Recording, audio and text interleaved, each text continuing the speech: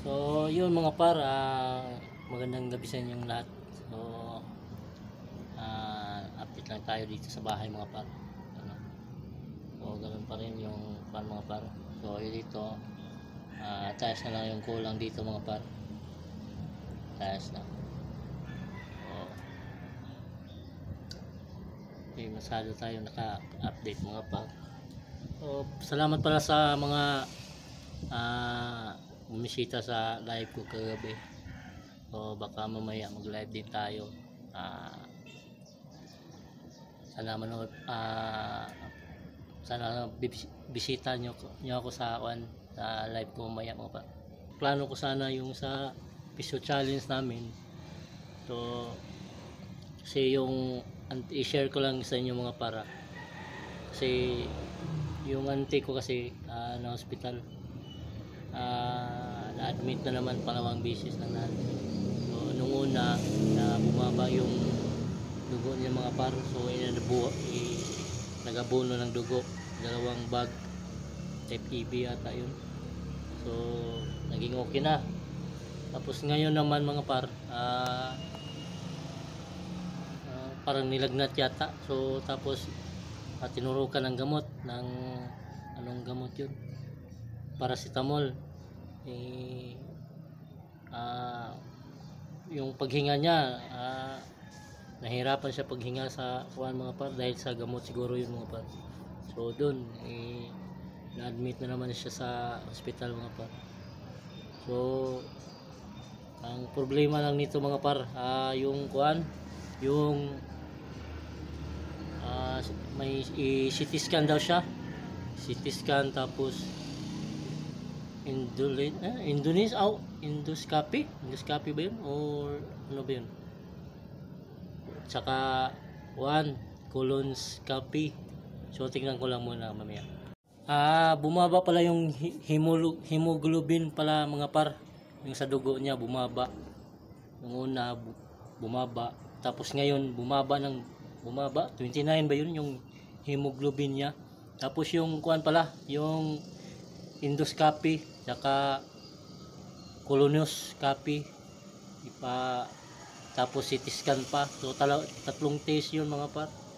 So ewan ko sa CT scan, ewan ko kung magkano, sabi magkahalaga daw yun ng 10K. Tapos sa endoscopy tsaka sa colonoscopy, ewan ko kung magkano yun, hindi ko alam kung magkano. Kasi yung bala ko sana kanina mga par, pupunta ako dun sa may barangay hall, magpa piso course, piso of course sana ako mga par. Kasi sinabihan ko yung mga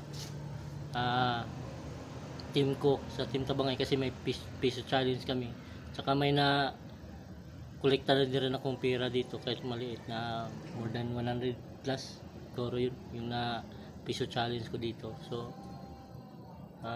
nag-chat ako sa kanila kung pwede ko ba yung gamitin.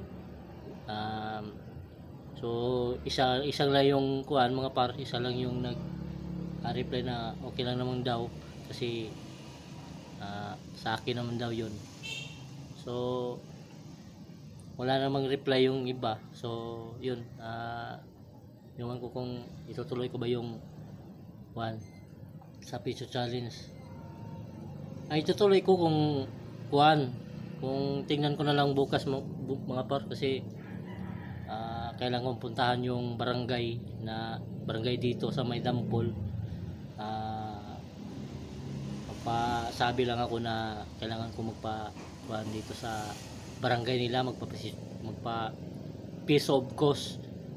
O itong piso na to mga par. So ko to sa auntie ko. So kapatid pala ni mama yung na-admit doon sa hospital mga par. Saka dalawa yung option ko mga par, si Japper Sniper. So mga followers ni Japper Sniper, tulungan niyo po ako na makontak si kung saan ako mag-message sa kanya, kasi hindi ko alam kung anong i-kuhan ko sa kanya, kasi Hinahanap ko na yung mga kuha ni Japper Sniper. Hindi ko alam kung wala namang reply mga par. So alam ko na may manood dito sa vlog ko na sana matulungan ako na makaabot to ni Japper Sniper sa kanya. Hihingi ako ng kaunting tulong. So, pahingi na lang din sana bigyan niyo ko ng contact ni Idol Japper para ma-message ko siya sa personal mga par. Yun lang, may message na ako sa kanya pero sa yung taga doon hindi naman nag-reply sa akin. So hindi ko naman yung mabisisi kasi alam natin na yung panahon ngayon mga par, madaming mga kalokohan. So hindi ko naman yun iniisip na what. Yun, sana matulungan niyo ako mga par, sa mga sword followers ni Japper Sniper. Sana tulungan niyo ako, sana bigyan niyo ko ng contact kahit sa messenger man lang ni Idol Japper. Kailangan ko talaga pakapalan na lang ng mukha to mga par. Kung iwan ko lang bukas kung matuloy ako sa pupunta doon sa barangay kasi yung out namin dito alas 5 na Tapos yung dito sa mga kasama ko, sinabihan ko na yun na magpa peace of course ako dito. Hindi naman tumanggi yung iba mga par. So sana kung ano man yung kuan bukas, siguro pupunta ako dun sa kuan sa may barangay. Tignan ko na lang mga par kung anong mangyari bukas, kung matuloy ba ko o hindi. At saka mga par, sana makaabot to kay Japper Sniper na matulungan ako. So kailangan ko ring makausap siya ng personal para hindi naman siya mabahala na kung saan yun kuha yung pera. So ipakita ko lang yung pwede ko, kung andun ako sa kanila, pwede ko naman ipa-video call sila sa kung sino man yung nagbantay dun sa hospital para maniwala si Idol na totoo yung mga kuhan ko ba na mapatulong. So yun lang mga par. So sana makaabot to kay Japper Sniper sa lahat ng Sword family. Sana makaabot to kay Japper Sniper. So yun lang.